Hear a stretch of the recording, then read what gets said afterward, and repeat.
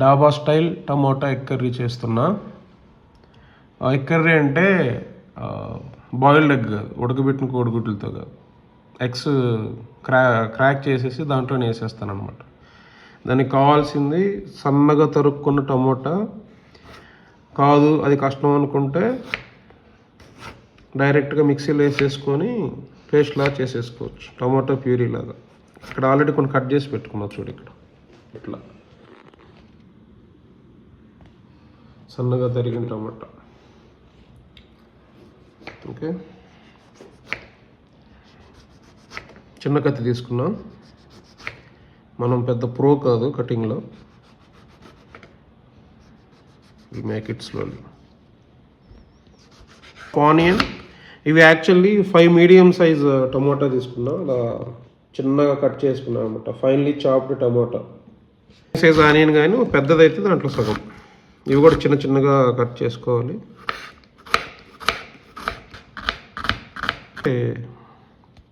ఇవి ఇందాక షాప్కి వెళ్తే బుల్లెట్ పచ్చిమిర్చి ఏదో స్పైసీగా ఉంటుందని చెప్పారు, అందుకే చిన్నవి ఒక 3 తీసుకున్నాను. యాక్చువల్లీ ఇవి ఉండడమే చిన్నవి ఉంటాయి, 3 తీసుకున్నాను.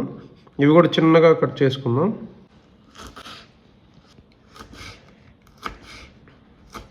దీనిలోకి వీటితో పాటు ఇవి పోపు దినుసులు, జీలకర్ర, ఆవాలు, కొంచెం homemade ginger garlic paste. ఇది మొన్న వేరే ఐటెం చేసేటప్పుడు కొంచెం మిగిలితే ఫ్రిడ్జ్లో పెట్టేసుకున్నాను, అది నాకు ఇప్పుడు ఉపయోగపడుతుంది.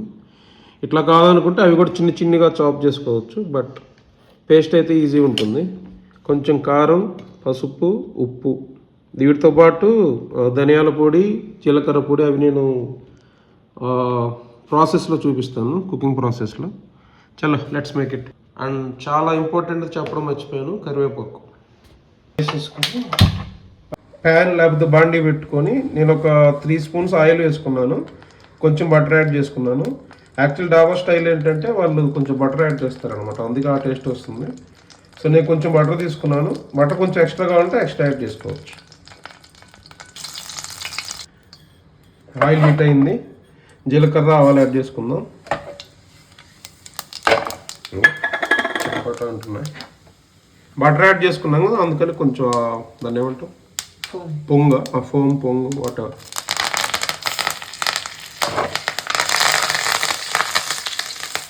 కొంచెం జాగ్రత్త, పైన పడుతుంటాయి. తర్వాత కొంచెం ఇందాక కట్ చేసి పెట్టుకున్నాం కదా చిల్లీ యాడ్ చేసుకుందాం. 1 సెకండ్.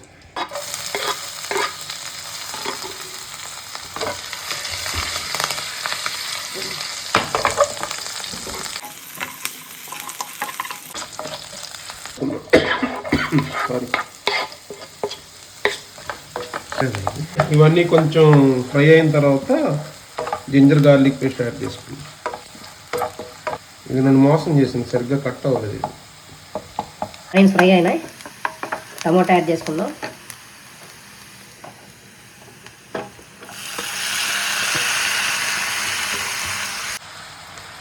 ఒకసారి కలబెట్టుకొని ఉప్పు, కారం, పసుపు, ధనియాల పొడి, జీలకర్ర పొడి ఇవన్నీ యాడ్ చేసుకుందాం. ఆ జింజర్ గార్లిక్ పేస్ట్ మర్చిపోయాను, కొంచెం లైట్గా ఆయిల్ యాడ్ చేసుకొని అది ఫ్రై చేసుకుంటా. అది లేకపోతే టేస్ట్ బాగోదు. ఫోన్లో మర్చిపోయాను, సారీ. కొంచెం ఆయిల్ హీట్ ఎక్కిన తర్వాత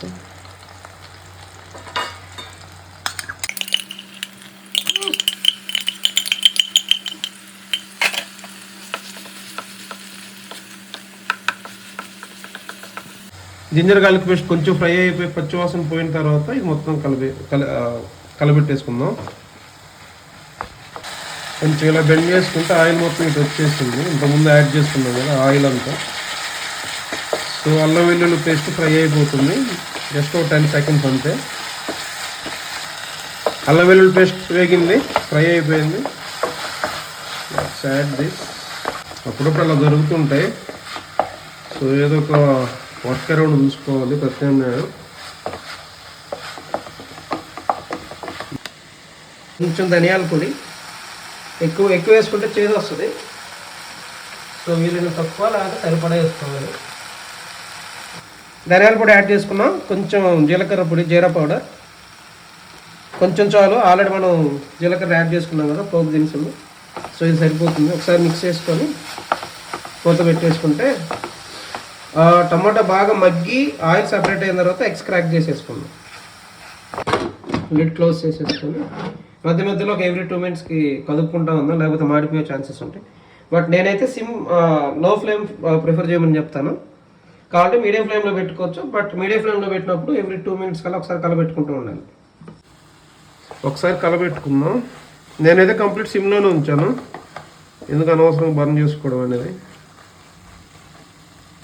ఒకసారి కలబెట్టుకొని ఆల్మోస్ట్ అయిపోవచ్చింది. ఒక 2 minutes. అంత ఆయిల్ పైకి రాగానే ఎగ్స్ క్రాక్ చేసేసుకొని ఫర్దర్ ప్రొసీడ్ అవ్వాలి.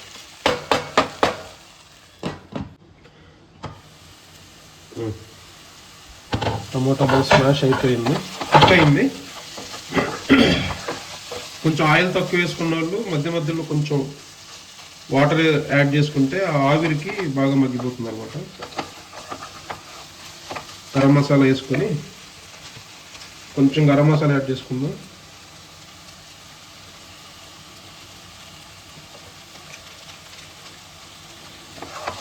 నేను 2 గుడ్లు తీసుకుంటున్నా.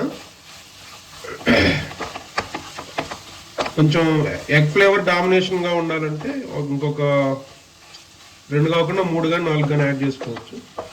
కాదు టమాటో ఫ్లేవర్ హై డామినేషన్ కావాలంటే జస్ట్ 1 ఎగ్ యాడ్ చేసుకుంటే సరిపోతుంది. నేనైతే 2 యాడ్ చేసుకుంటున్నా, బ్యాలెన్స్డ్గా ఉంటుంది.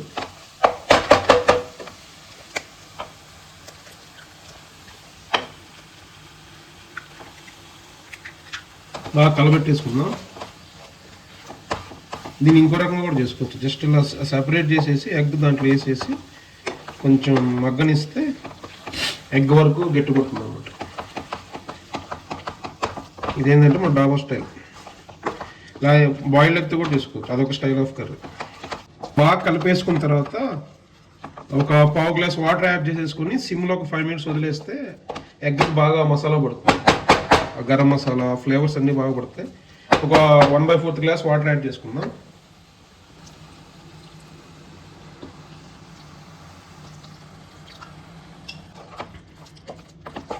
ఇలా బాగా కలిపేసుకున్న తర్వాత నేను కొంచెం సాల్ట్ యాడ్ చేసుకుంటున్నా, ఎందుకంటే ఎగ్స్ యాడ్ చేసాం కదా, కొంచెం బ్యాలెన్స్ అవుతుంది. ఇంకోసారి బాగా కలబెట్టుకొని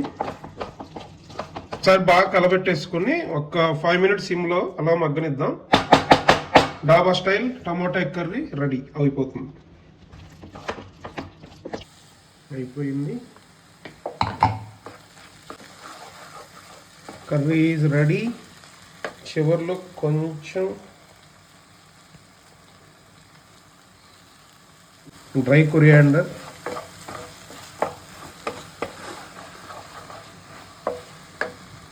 కొంచెం చాప్డ్ కొరియాండర్ పెట్టేసుకొని బౌల్లో తీసేసుకుందాం. ఇది రైస్లోకి బాగుంటుంది, పూరీలోకి బాగుంటుంది, చపాతీలోకి బాగుంటుంది. కానీ ద బెస్ట్ ఏంటంటే రోటీ, పుల్కా. పద బౌల్లో తీసేసుకుందాం.